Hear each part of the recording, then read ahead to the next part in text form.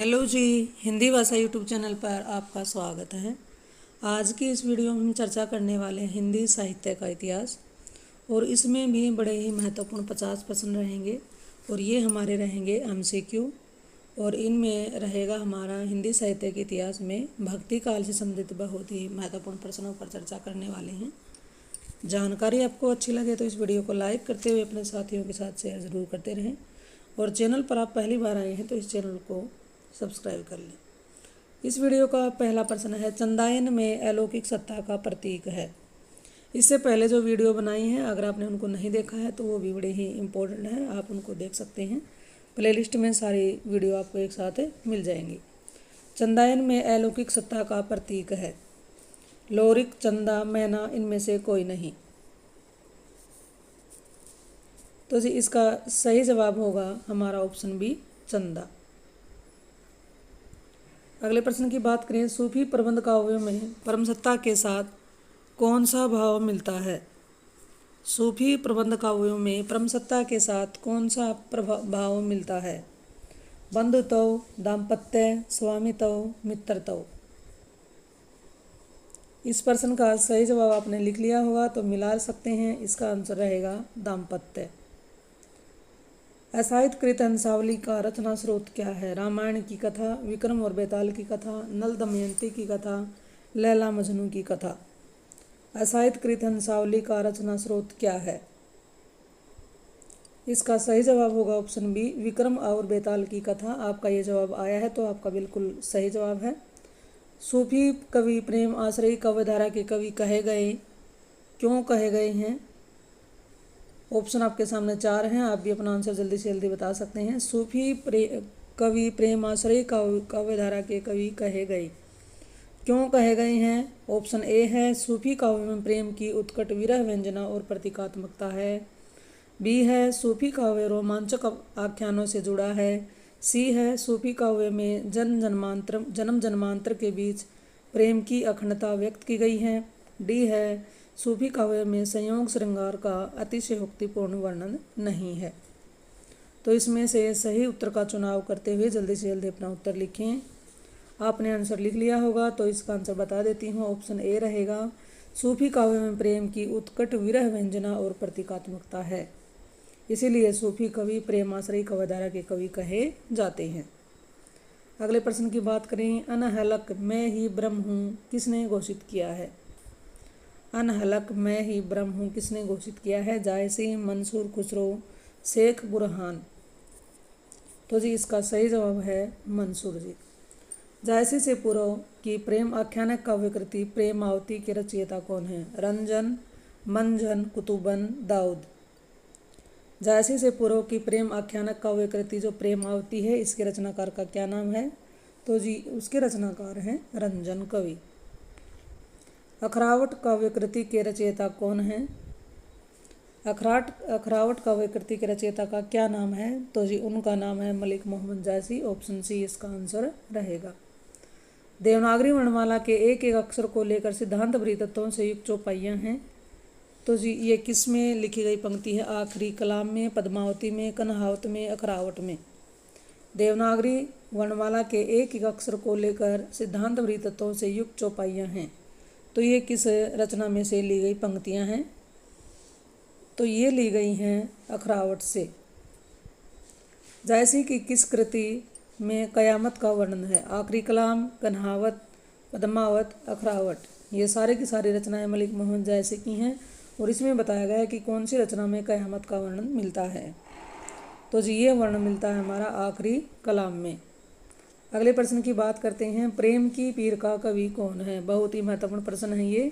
प्रेम की पीर का कवि किसको कहा जाता है। कबीर, मंझन, जायसी, तुलसी।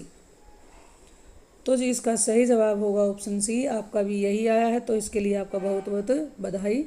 आपकी बड़ी ही अच्छी तैयारी चल रही है, और आगे तैयारी करते रहें और आगे बढ़ते रहें।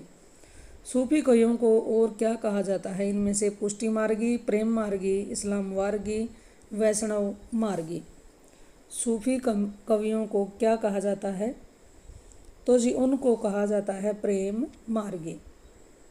सूफी कवि किस सूफी कवि ने अपनी कृति में चौपाइयों के बीच में दोहे न रखकर बरवे का प्रयोग किया है?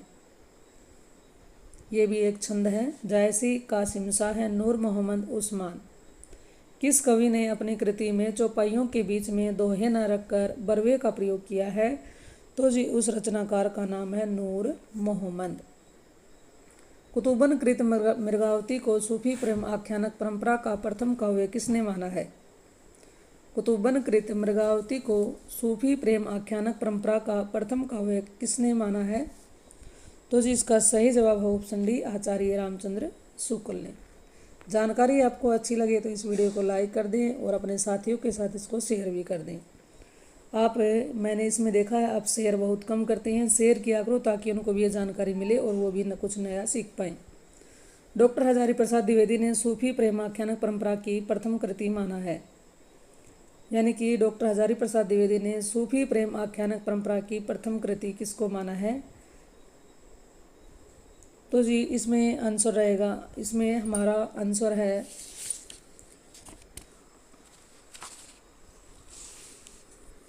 ईश्वरदास कृत सत्यवती कथा को। डॉक्टर हजारी प्रसाद द्विवेदी ने सूफी प्रेमाख्यानक परंपरा की प्रथम कृति किसको माना है? ईश्वरदास कृत सत्यवती कथा को। मलिक मोहम्मद जायसी के गुरु थे कौन थे? मलिक मोहम्मद जायसी के गुरु का नाम क्या था? तो जी उनका नाम है सैयद अशरफ। आचार्य शुक्ल ने सूफी कवियों की प्रेम पद्धति में सर्वाधिक महत्वपूर्ण माना है, यानी कि क्या माना है? आचार्य शुक्ल ने सूफी कवियों की प्रेम पद्धति में सर्वाधिक महत्वपूर्ण क्या माना है? लौकिक प्रेम को, दार्शनिक अभिव्यक्ति को, प्रेम की पीर को, प्रतीकात्मक प्रेम को। तो जी उन्होंने माना है प्रेम की पीर को। सूफी काव्य के संदर्भ में कौन सा कथन असत्य है? तो जी सूफी काव्य के बारे में जो कथन असत्य है उसका चुनाव करना है। ऑप्शन को जल्दी से जल्दी देखते हुए आंसर देने का जल्दी से जल्दी कोशिश करिए। इसका सही जवाब मैं आपको बता देती हूँ, ऑप्शन रहेगा डी। सूफी काव्य में वर्णित सभी घटनाएं और पात्र शुद्धतम ऐतिहासिक हैं। ये ऐतिहासिक नहीं है, इनमें कल्पनाओं का भी सहारा लिया गया है, इसलिए ऑप्शन डी हमारा क्या है? सूफी काव्य के संदर्भ में बिल्कुल गलत है। अगले प्रश्न की बात करें तो प्रश्न हमारा है सूफी मत में वर्णित साधक की 4 अवस्थाओं, कौन कौन सी अवस्थाएं हैं? 4 हैं। शरीयत, तरीकत, मारिफत, हकीकत की भारतीय भक्ति मार्ग के साथ सही क्रम में संगति क्या होगी? यानी कि भारतीय जो समाज या हिंदू जो समाज कह सकते हैं उसमें इनको क्या नाम दिया गया है? जैसे सूफी काव्य में वर्णित 4 साधक की अवस्थाएं बताई गई हैं। पहला शरीयत है, तो जी इसमें, और दूसरा क्या है? तरीकत, तीसरा मारिफत और चौथा क्या है? हकीकत। तो भारतीय भक्ति मार्ग में इनका क्या नाम रख दिया गया है? तो जी इसका सही जवाब है भक्ति मार्ग का आचरण है, उसके बाद उपासना, फिर सिद्धावस्था है, फिर सत्य बोध है। बहुत ही महत्वपूर्ण प्रश्न है। इस तरह के प्रश्नों में हम उलझ कर रह जाते हैं, आंसर गलत करके आ जाते हैं। अगला प्रश्न है सूफी कवियों का सबसे प्रिय अलंकार कौन सा है? वक्रोक्ति, समासोक्ति, अनुप्रास, सलेश। सूफी कवियों का सबसे प्रिय अलंकार का नाम क्या है? आप अपना आंसर लिख चुके होंगे, चलिए आंसर को मिला लीजिए। इसका सही क्या है? समासोक्ति। पद्मावत में पद्मनी किसका प्रतीक है? मलिक मोहम्मद जायसी की बड़ी ही प्रसिद्ध रचना है पद्मावती। उसमें एक नायिका है, उसकी पात्र है पद्मिनी। वो किसका प्रतीक है? साधक का, माया का, परम सत्ता का, गुरु का? तो जी वो प्रतीक है परम सत्ता का। अगला प्रश्न है पद्मावत की भाषा संस्कृत कैसी है? पद्मावत में किस भाषा का प्रयोग किया गया है? संस्कृत निष्ठ अवधि, ब्रज मिश्रित अवधि, राजस्थानी मिश्रित अवधि, साहित्यिक अवधि। एक बात तो कॉमन है कि पद्मावत में कौन सी भाषा है? अवधि है, लेकिन कौन सी इसमें आएगी? संस्कृत वाली है, ब्रज वाली, राजस्थानी या साहित्यिक अवधि है? तो जी इस तरह से ये प्रश्न हमें आता हुआ भी हम गलत करके आ जाते हैं, तो इस पर ध्यान दें। इसका सही जवाब हमारा है साहित्यिक अवधि। अगले प्रश्न की बात करते हैं। पद्मावत का कौन सा खंड हिंदी साहित्य की अनुपम निधि माना जाता है। बहुत ही महत्वपूर्ण प्रश्न है।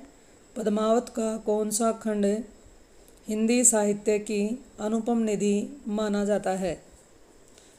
तो ऑप्शन हमारे हैं पद्मावती वियोग खंड, नागमती वियोग खंड,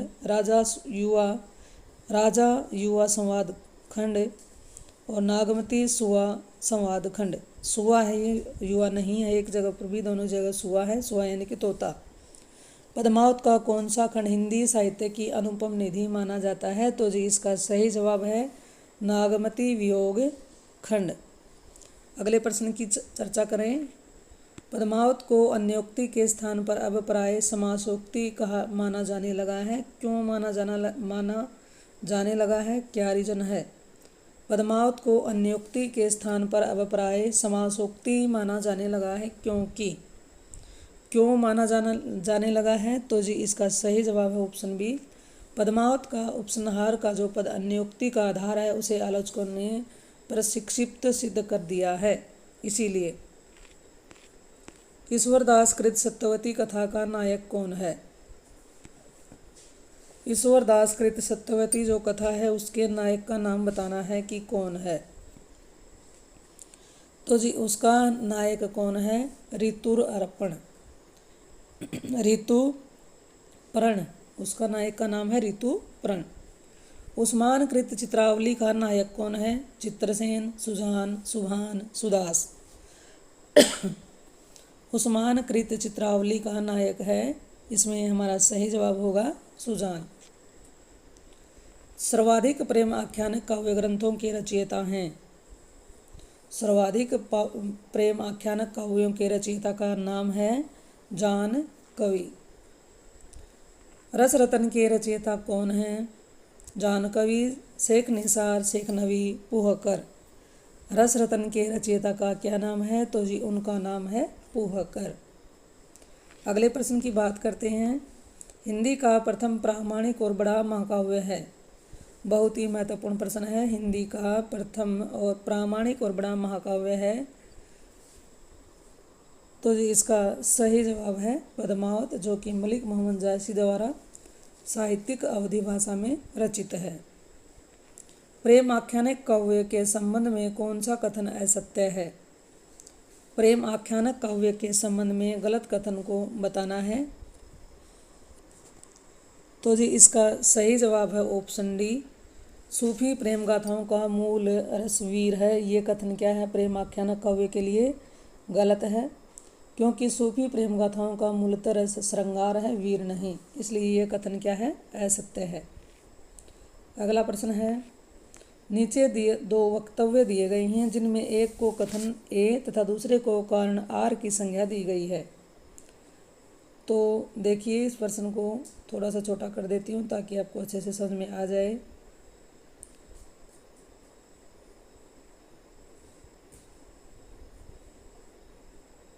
नीचे दो वक्तव्य दिए गए हैं जिनमें एक को कथन ए तथा दूसरे को कारण आर की संज्ञा दी गई है। कथन ए हमारा है सूफी मत एक ईश्वरवादी है, और कारण आर है उसका ईश्वर प्रेममय है, इसलिए वह जगत के कण कण से प्रेम करता है। उपयुक्त वाक्यों को ध्यानपूर्वक पढ़िए तथा नीचे दिए गए विकल्पों में से सही उत्तर का चुनाव कीजिए। 4 ऑप्शन दिए गए हैं, ऑप्शन देखते हुए आप जल्दी से जल्दी उत्तर देने की कोशिश कीजिए। तो जी इसका सही जवाब होगा ऑप्शन ए। आपका ये आया है तो इसके लिए आपको बहुत बहुत बधाई। ए और आर दोनों ही सही हैं तथा ए की व्याख्या क्या है? आर है। अगले प्रश्न की ओर चलें। मानुष प्रेम भयो बैकुंठी किस कवि की पंक्ति है? मानुष प्रेम भयो बैकुंठी किस कवि की पंक्ति है? तुलसीदास, नंददास, ईश्वरदास, जयसी। बहुत ही महत्वपूर्ण ये पंक्ति है। हो सकता है आपने इसको पहले सुन लिया हो। तो ये पंक्ति किसकी है? जयसी की है। सन 9 से 27 कथा आरंभ बैन कवि कहा, ये पंक्ति किस कवि की है? पंक्तियों के रूप में भी प्रश्न आ जाते हैं। तो जी ये पंक्ति हमारी है पद्मावत की। तुर्की अरबी हिंदवी भाषा जेती आहे, जा में मार्ग प्रेम का सबे सराही ताही। बड़ी ही प्रसिद्ध रह चुकी है ये पंक्ति। जल्दी से जल्दी बताने की कोशिश कीजिए। तो जी ये पंक्ति भी जायसी जी की ही है। विक्रम दशा प्रेम का बारा, सपनावती कहे भव पतारा। बताइए ये पंक्ति किसकी है? तो जी इसके रचयिता हैं मंझन। अगला प्रश्न हमारा है, हिंदू मग पर पाहुन राखवे, काजो बहुते हिंदी भावे। तो जी ये पंक्ति किसकी है? इस पंक्ति के रचनाकार हैं नूर मोहम्मद। रुकीमनी मुनि पुनि वैसे ही मरी गई, कुलवंती सतसो सती भई। बताइए ये इस पंक्ति के रचनाकार का नाम? तो जी उनका नाम है कुतुबन। और मुझे लगता है आप भी साथ साथ अपने आंसर दे रहे हैं और अच्छी तैयारी आप कर रहे हैं। बुलंदी देखा अंग्रेजा, जहाँ जाई जे ही कठिन करेजा। ये पंक्ति किसकी है? तो ये पंक्ति है उस्मान जी की। अगला प्रश्न हमारा है, राम भक्ति काव्य के आदि प्रवर्तक कौन हैं? बहुत ही महत्वपूर्ण प्रश्न है। राम भक्ति काव्य के आदि प्रवर्तक, जैसा कि हमें पता है कि भक्ति काल में 2 काव्य धाराओं का निर्माण हुआ था, विकास हुआ था, यानी कि बनाई गई थी कृष्ण भक्ति काव्य धारा और राम भक्ति काव्य धारा। तो राम भक्ति काव्य धारा के आदि प्रवर्तक किसको माना जाता है? तो ये माना जाता है जी रामानंद जी को। महाभारत के किस शीर्षक में विष्णु के 6 अवतारों का उल्लेख मिलता है? महाभारत के किस शीर्षक में विष्णु के 6 अवतारों का उल्लेख मिलता है? तो जी वो क्या है? अनुगीता में। राम की भावना किस पुराण में मानी जाती है? राम की भावना किस पुराण में मानी गई है? तो जी ये मानी गई है वायु पुराण में। राम की पादुका के अवतार माने गए हैं। कौन माने गए हैं राम की पादुका के अवतार? तो जी ये माने गए हैं काठकोप। 7वें आलवर भक्त का नाम, जो राम के अनन्य भक्त थे, उनका क्या नाम है? तो उनका नाम है कुलशेखर। अगला प्रश्न है, वाल्मीकि रामायण का भाषा अनुवाद किसने किया? वाल्मीकि रामायण का भाषा अनुवाद किसने किया? तो जी ये करने वाले हैं विष्णु दास। तुलसीदास को काली काल का वाल्मीकि किसने कहा? बड़े ही महत्वपूर्ण प्रश्न है। तुलसीदास को काली काल का वाल्मीकि किसने कहा है? तो जी उसको कहने वाले का नाम, आचार्य का नाम है नाभा दास। भक्तमाल के टीकाकार हैं। टीकाकार यानी कि रचनाकार कौन हैं? भक्तमाल रचना के टीकाकार का क्या नाम है? तो जी उनका नाम है प्रिया दास। इस तरह से हमने लगभग 50 प्रश्नों पर चर्चा की है। तो ये ज़रूर बताइएगा ये जानकारी आपको कैसी लगी, और वीडियो आपको अच्छी लगी तो इस वीडियो को लाइक कर दें और अपने साथियों के साथ भी इसको शेयर कर दें। शेयर आप बहुत कम करते हैं, ज़्यादा से ज़्यादा शेयर कीजिए। और चैनल पर आप पहली बार आए हैं तो इस चैनल को सब्सक्राइब कर लें, ताकि जितने भी मैं नई वीडियो डालूँ वो जानकारी आपको सबसे पहले मिले, आप उसको सबसे पहले देख पाएँ। चलिए तो फिर मिलते हैं एक और नई वीडियो, नई जानकारी के साथ। इस चैनल पर आने के लिए आपका बहुत बहुत धन्यवाद।